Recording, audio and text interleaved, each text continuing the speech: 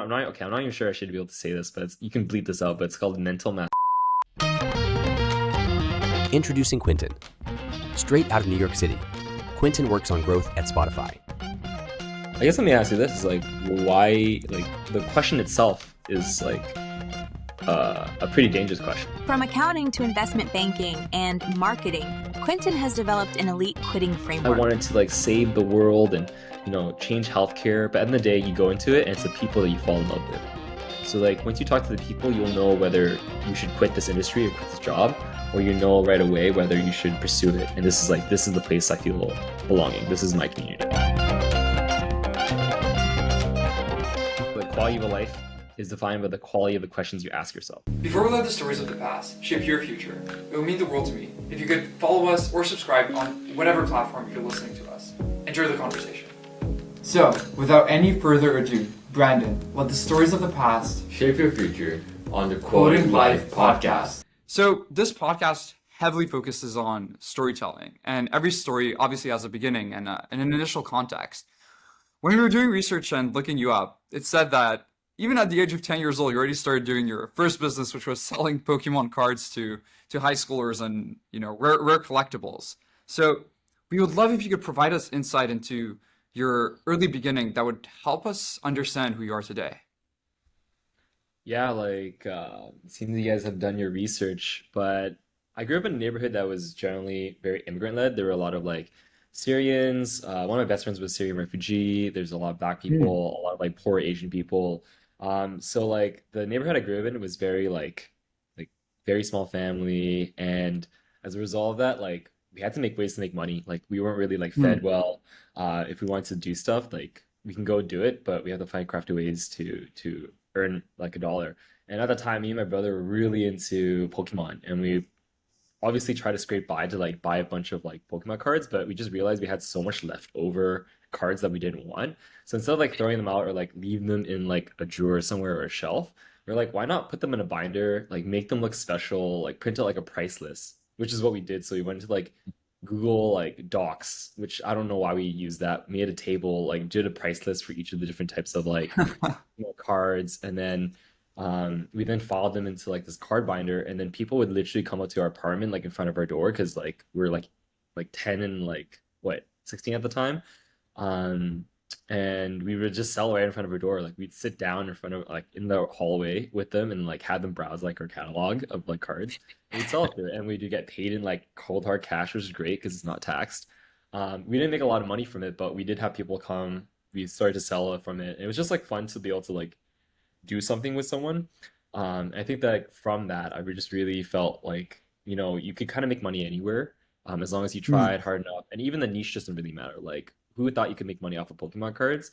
As long as there's like people that are interested in it and are down to buy, like, we only knew people in our neighborhood, and even that we had people come through, spread the word.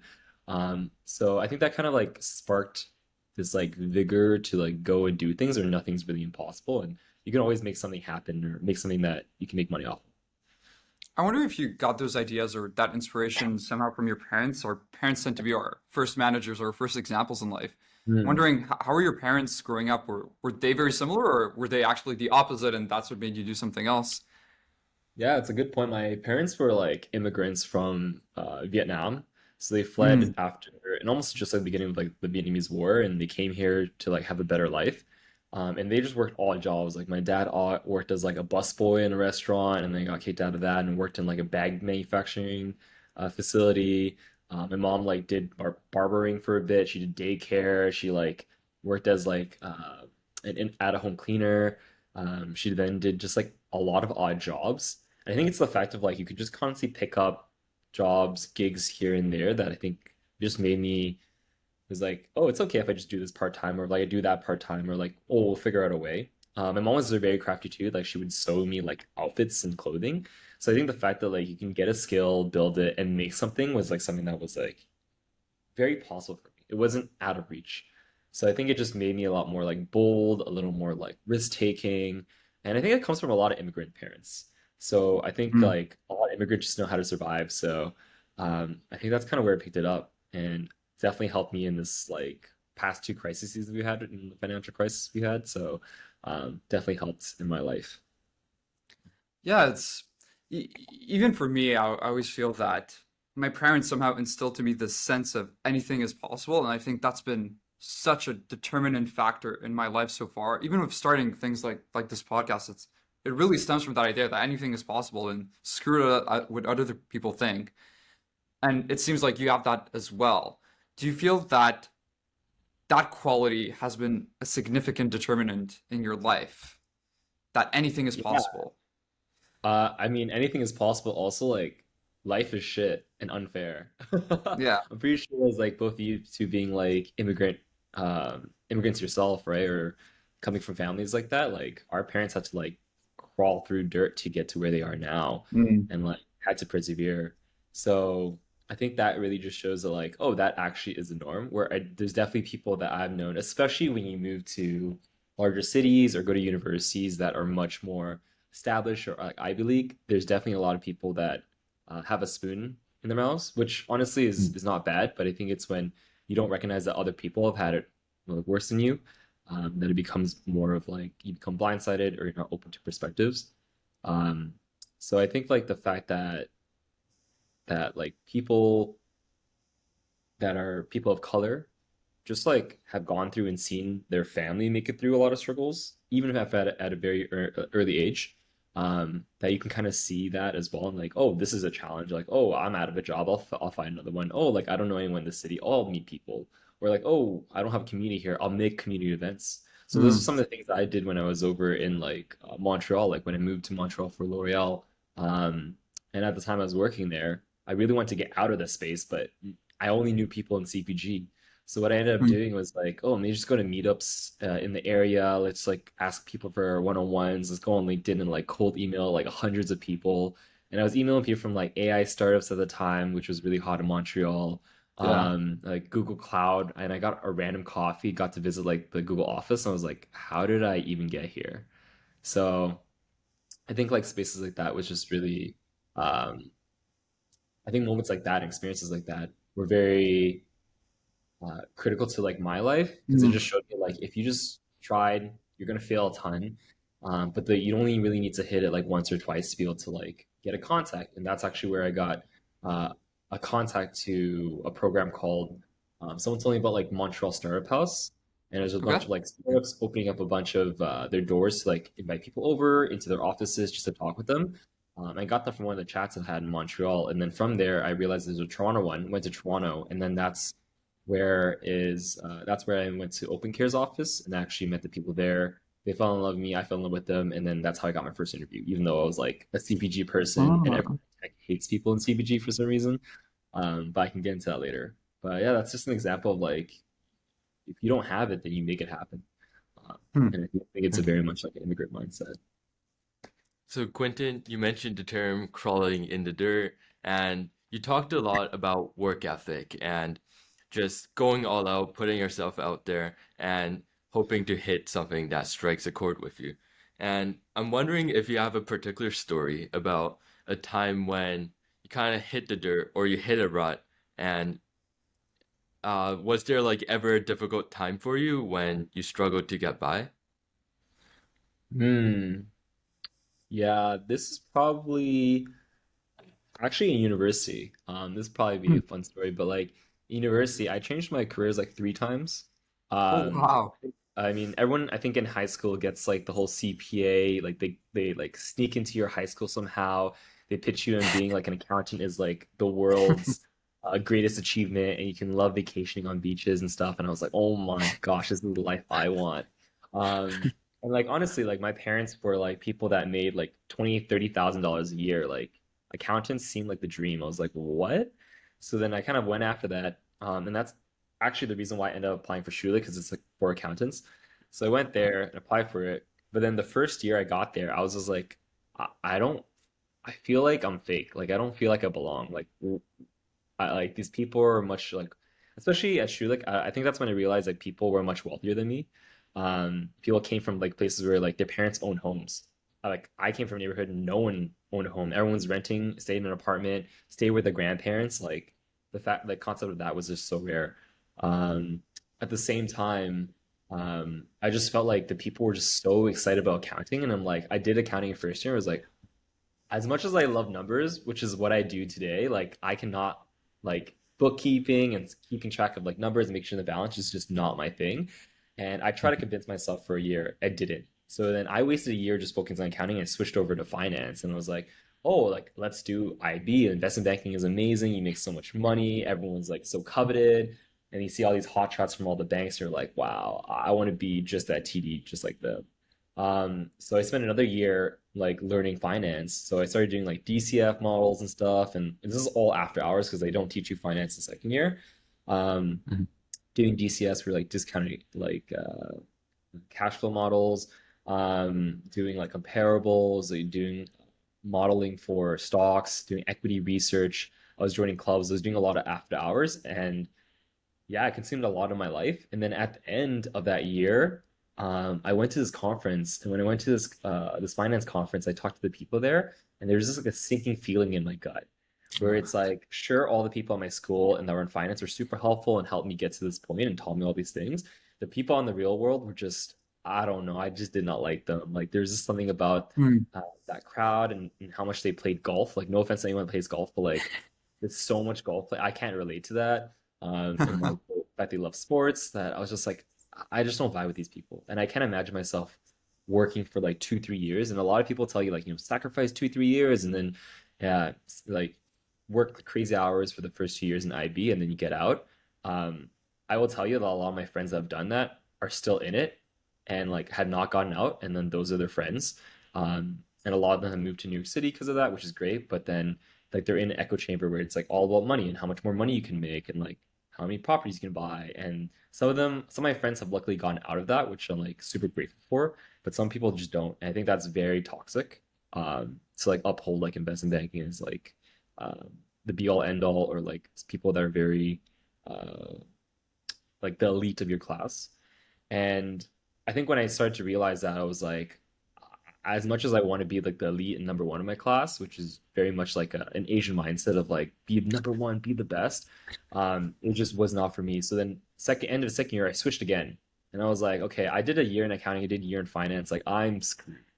Like I wasted 2 years. People are getting like jobs at PwC and like the big four. People are getting internships at TD. Like, what am I doing with my life? So in third year, I was just like, you know what? Let me just find ways to make money. So I looked at case competitions, and then definitely at a low point here. And I was like, let me just try to make some money. And a lot of these case competitions had like prize monies, and Mm. also opportunities to like win a car or something, like Canada's next top ad exec. So I just started doing this with my friends just for like, school is not paying the bills, like it's taking money away from me. Let's do these case comps. And then through that, I actually realized I really liked a lot of these marketing case comps.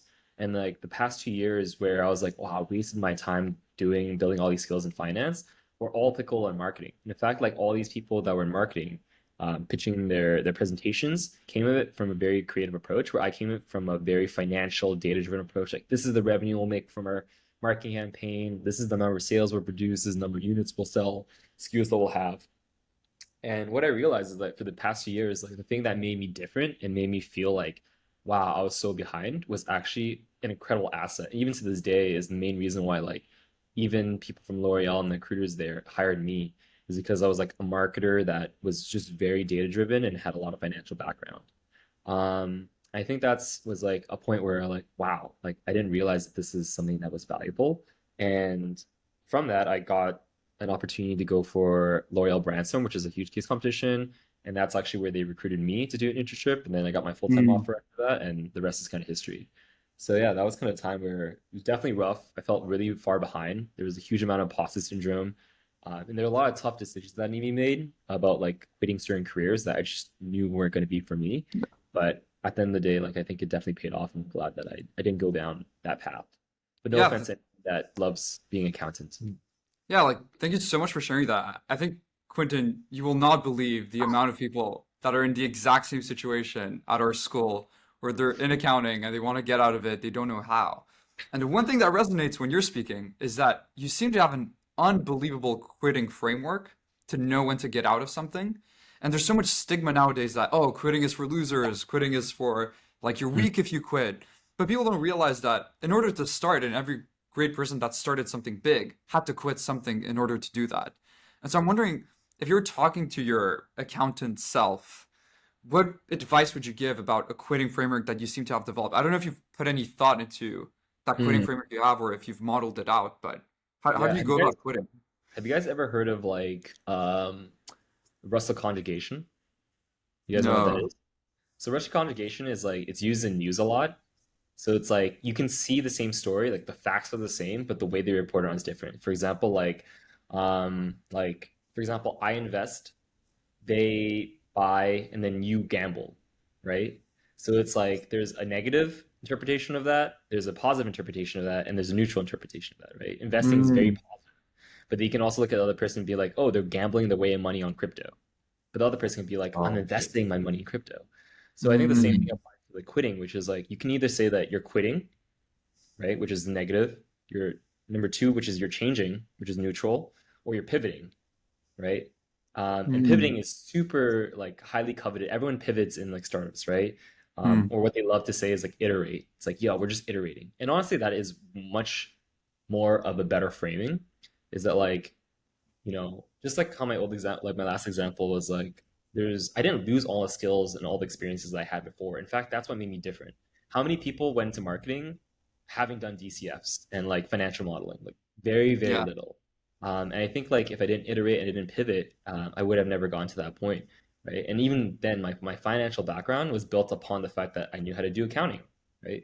So like all these things kind of built up to this point where I was able to like pivot in terms of like a framework on how to quit. Is that kind of what you asked? Like, how do you quit?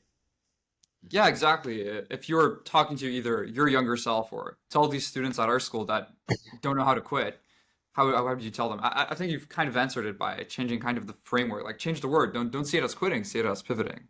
Yeah, and then when you change this, like think of pivoting or iterating, like in startup, this whole thing is like the faster you iterate, the more velocity of experiments and iteration you get in. That's actually how you attain growth. And if you think about it, if someone that doesn't iterate, or let's reframe it back into negative, but like if you find someone that doesn't quit and they're always very determined and they pursue just one thing, they'll never grow, or they'll grow very, very slowly. So the thing is, like when you're young, you actually want to quit like tons of times. And Hmm. if you reframe that again positively, you just want to iterate a ton of times, like really change, really update. Like I think every 3 months you have to reconsider, like is the thing that you're doing what you want? Because you're learning about you're learning about your field, you're learning about your industry, you're learning about the people and whether one you like them or not. And honestly, that's I think like probably the biggest thing is that like if you look at anyone that has gone to startups or anyone that's gone into like the industry that they're in now, they'll tell you that they went into it mainly for like probably the money, the role, or the industry, and then they love it. And it's like some la thing about like, I wanted to like save the world and change healthcare. But at the end of the day, you go into it and it's the people that you fall in love with. So like once you talk to the people, you'll know whether you should quit this industry or quit this job, or you know right away whether you should pursue it. And this is the place I feel belonging. This is my community. Do you think that mindset comes at a cost? Because if I look at your career, 2 years at L'Oreal, 2 years at Open Care, 7 months at an ed tech, then you tried to do your own startup for a couple of years, and then now again 2 years at Spotify. It seems like you don't give yourself either also enough time to maybe build a legacy, but then you go back to being young. That's what it's about. Did you ever think about it that way, where there's a cost to having a pivoting mindset as well? Yes, I think there's definitely is a cost. However, I think the cost is usually overstated, and it's a cost Mm. um, that is probably much more dangerous later on in life, but very, very small early on. Like if you're committed to Mm. a career and job, like at the beginning, like how do you even know that job is right for you? People always talk about like, what is my passion? And then, I mean, you can see on TikTok nowadays, like everyone just talking about how like they don't want to work the corporate job. They Hmm. feel like very tired and they feel very burnt out and like they don't understand why. And it's because like they're convincing themselves to stay in a job that there is just okay. And that's the thing is like a lot of these jobs are dangerous, not because they're bad or your manager's terrible. Your manager is just okay. Your job is just okay. The way you feel about it is just okay. And then in some ways, you actually need that job to be worse for you to make a huge action or meet a huge change to make your overall life a way better. Um, and like I've seen this with a lot of like my friends where like they'll be like they'll come. I mean, everyone has these friends. They'll come to you complaining and talking about like I had such a bad day and I really want to Yeah, look of for a course. job, quit, but then they don't actually do anything about it, right? And at one point, I did that myself. That's actually what we did over in our first jobs. Me and my friends would go over every day on Fridays, grab Domino's from downstairs, and we just eat pizza, complaining about our jobs and why we hate it so much. And then like our friends told us, and it was like, okay, I'm not even sure I should be able to say this, but you can bleep this out. But it's called mental masturbation. But we were just pretty much just trying to like feel satisfied by thinking about our Mm, future, fantasizing about it. yeah. And it's a huge Mhm. trap that like honestly all of us got into. And then we were like, wait, why are we doing this? Like, let's make it happen. And then like within 3 months, all three of us quit. Like all three of us that did it quit. Wow. And two of them, two of my friends right now, one of them went on to be a YouTube content creator that has like 500,000 subscribers, and she makes like $1 million a year now, which is crazy. Wow. The other one went on to start a startup, electric scooter startup, and first job, like pretty much, I think third job, um, and they're like multi-million dollars right now, and that's a Polo, right? So, Yeah. Polo is the electric scooter company which you used to work for. So, there definitely is a cost for it because like I haven't started a startup that has gone to those numbers, but it also made me realize that like that life wasn't also the life I wanted. I think entrepreneurship and Mm, CEO is very glamorized as well, and everyone wants to do something and make something. And but I do think that a lot of people tell themselves that like when I get older, I'll never have a chance to do this, rather than wanting to be a CEO for a very particular reason, which is like you want to make something that you didn't have yourself, or you want to create or solve a problem that like um, that no one is addressing, right? Rather than like, oh, I'm running out of time, I should start a business because like this seems fun and exciting. So I do think there is to answer your question in a long-winded way, but there definitely is a cost for it, but I think it's generally overstated. mm, And it's also a cost that like even friends that have done very success or have been very successful have committed to roles or careers and jobs that they love and have done very well for themselves financially, says that like, now they need to figure out what they want to do and what excites them. So mm, I think there's cons either way. It's just that you have to pick which one you want to go down. Mhm. mm. And Quentin, from your talks with Domino's, with your friends, it seems like you were all looking for the light at the end of the tunnel. But I understand you've pivoted a lot. Are you satisfied with where you are now? Wow, how weird this would it be if I said no? Honestly, what I would usually say on a podcast is yeah, but to be honest, I feel like this would be helpful for people listening. Is that like, even now, I don't feel like I'm entirely sure this is the right place to be. I think Mm, what I do feel is I feel very grateful and very appreciative of where I've gone to. Like, I'm now in New York City. I am in a city that like a lot of people would love to be a part of. I love the energy here. I love the community. I think the values here are much more open, much more exploratory, and they're not all focused on work. Like people are in the creative side. They have hobbies. They go to events. They plan events. And this is very different from some of the other cities I've been to. And one of the main reasons why I moved here, I make honestly an amazing amount of money for like my age period, which is great. And I love the people that I work with. And I work for an industry that's like very fun and touches a lot of people, which is Spotify. Um, and but to say that I have all this stuff and like am I like satisfied? I don't know actually. And like I think the main reason for that is like I always think of like what is next, what's coming up afterwards, and everyone's gonna always have that. And then you're always gonna compare with people on social media. And I think the dangerous thing with social media is that you're constantly seeing everyone's highlights and none of their lowlights. But that's also why I really ask people to like have one-on-one conversations with their friends or people that are doing very successful, because actually when you have those conversations you realize like, oh, like for example, I had a conversation with one of my friends and he was pretty much telling me like, yeah, like it seems great on the outside and he's doing really well and he's selling his like he's getting funded around for his startup, but at the bottom of it is like users aren't growing as fast as he thinks. He's like mm. working like 10 hours every single day, working on weekends. He can't even like have a date with his girlfriend without like picking up the phone or answering a client call or customer call. And he doesn't have time to like spend time with his dog. Like it's just not what he wants to be part of, right? Mm, And I didn't know that. I didn't know that at all. I thought he had the dream. I thought he had an amazing company. He was the CEO of it. So I think it's just like things like that, having one-on-one conversation with people where they can actually open up outside of social media, it really helps you understand like, wow, my life is actually pretty great for what I wanted. mm. And like Mhm. I don't envy that person's life. But they also shouldn't envy mine either. And we're just like both living through this life and doing what we do and enjoying things and having experiences, collecting memories. And I think that's kind of like where I would say like I'm doing very well in. It's like I'm realize that I'm no longer part of the rat race of like trying to climb in my career. I still want to do well at it, don't get me wrong. I still want to learn, don't get me wrong. But it's doing it at a rhythm and a pace that is right for me. Right. And I think a lot Hmm. of people just run at the pace that people around them tell them to, or the people around them are running.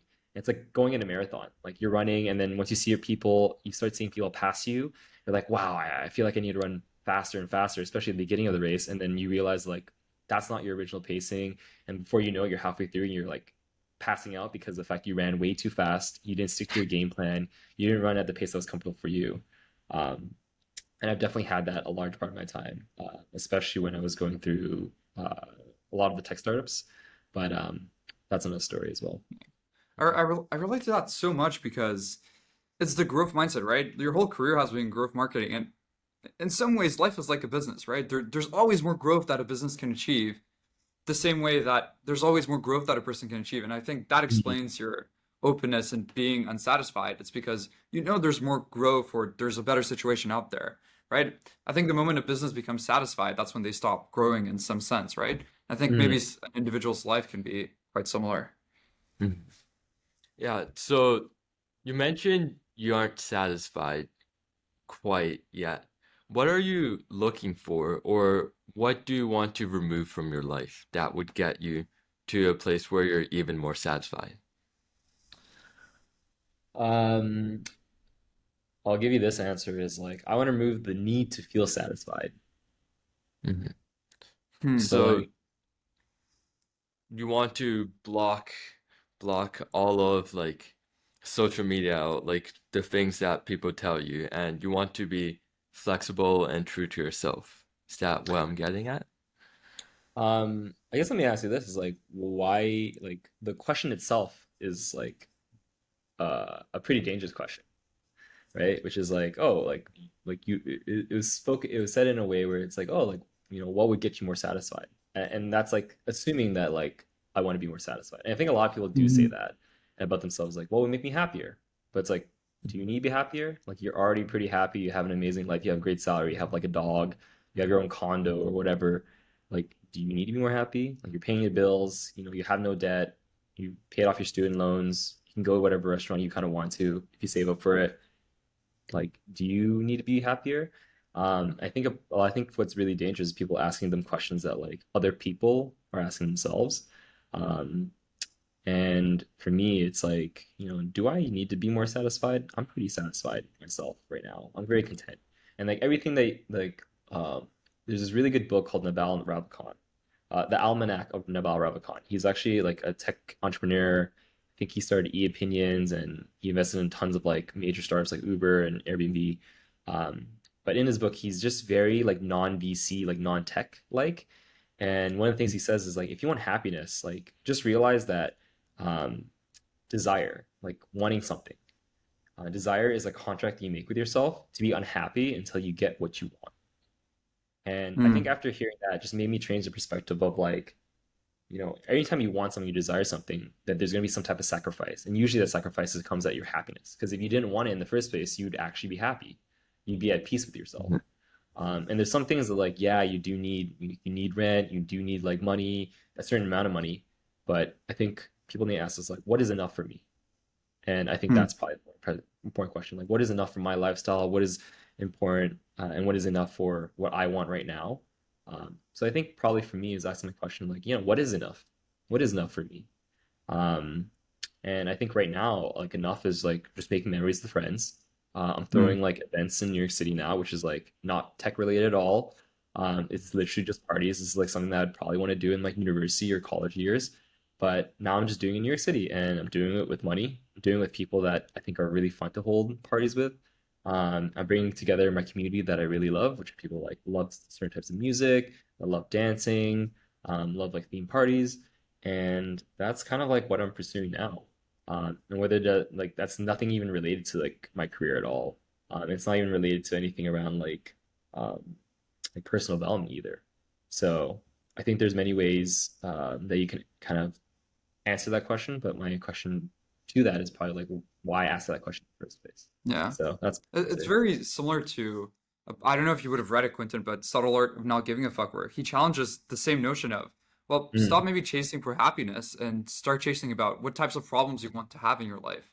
And this is mm, something that, the person we know in common, Magic, said that the quality of your life is defined by the problems you have for yourself. And that's a, different way of looking at life. mm. So, yeah, I think good advice, and a lot of people resonate with Yeah. that. There's actually another similar quote that I think is actually from Tony Robbins, but he says like quality of a life is defined by the quality of the questions you ask yourself. Yeah.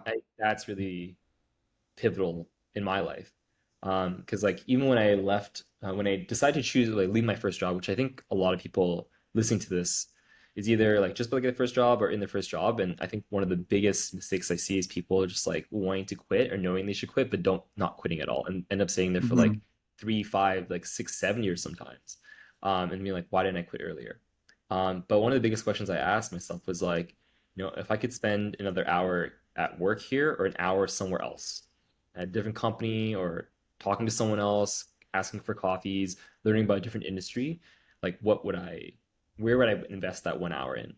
And I think at that time it was like I wanted to go for coffee. Like I could not, I would give up like the Hmm. $30 I was making or $20 I was making working my first job for just time to like talk to someone else because I knew that'd be more valuable. That excited me. It was just much more interesting to me too. Um, and without having that question, I wouldn't have been able to like make that final push to quit because I'm like, I Hmm. have very little time on this earth. Like, why am I investing my hours into something that like is lower value than something else? So, Hmm. Yeah. Quentin, as a tradition on our podcast, would like to get your thoughts on a quote shared by a previous guest. And this quote is coming from someone who has also pivoted in their career and in their university life. And the quote goes, "It's always easier to come back to something than to go out to something new." What are your thoughts? say that one more time. It's always easier to come back to something than go out to something new. Hmm, interesting. I guess like, what do you guys think about that? Why did you pick Yeah, that she quote? was she was saying With it in the context of having backup plans and the importance of it's more important to have a backup plan so then you can fully focus on your plan A because you won't act in a mindset of scarcity and mm, thinking that this is the only option I have, which is very controversial to the things you typically hear of only have one plan A because if you have a plan B, you won't go fully ahead with your plan A. Yeah. So mm. it was kind of the counter argument to Mhm. that. You can feel free to disagree with the quote or add any thoughts on top of that. Yeah. Yeah, I don't really have many thoughts on the quote. That's why I'm kind of curious on why it Mhm. resonated with you guys and what you thought about it. Um, Yeah, I mean, in the sense that, do you think you should have a plan B or should you not have a plan B? Is more so, I guess, what the code is getting at. hmm. I think I think it's usually like people's plan A is the default. And if that's usually the case, which is like I'm gonna stay here, I'm gonna stay at this company, or like, oh, I'm gonna stay in the city, or like I won't move. Like people's plan A is usually something that is just default and it's just like the most comfortable Hmm. option ever.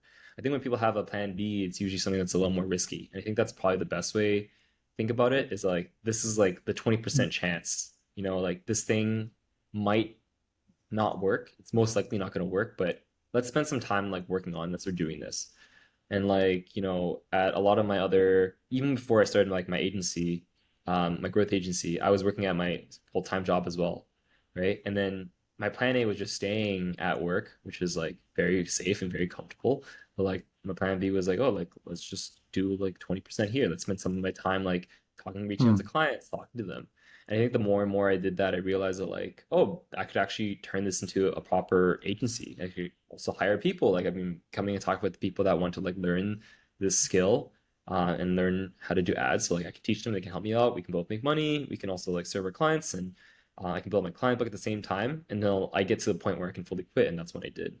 Um, so I think like having like changing it up so that way you have like much more focus, like much more things that you're even trying.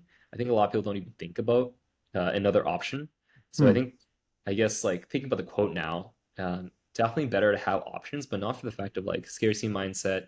I do think that is valuable, but to also just challenge yourself, like what is the what if, like what Mm. if this actually did well? What if this actually succeeded? And what's like the minimal amount of effort to put into it that would allow you to test it out, right? So it's always kind Mhm. of like throwing things out there and seeing what sticks. Um, Also from a place of safety, I think people can do that as well. I think some people are really good at doing Hail Marys and they need that to like have the discipline and focus, and Yeah. that also Yeah. works too. Especially when you're younger, but I think once you get to like your mid 20s, it becomes a little more difficult. And especially once you buy your first place, you definitely become more risk averse. So I think there's definitely ways that you can have your plan B, um, but at least always have options, always consider, always challenge your existing one and have things to compare it to, Mm. because you definitely want to be choosing among multiple options rather than just like one, which is usually the default. So much for making it to the end of this episode. As a growing channel, it would be so amazing if you would take one more minute of your day to reshare this episode on any platform you're liking. Hope to see you next week.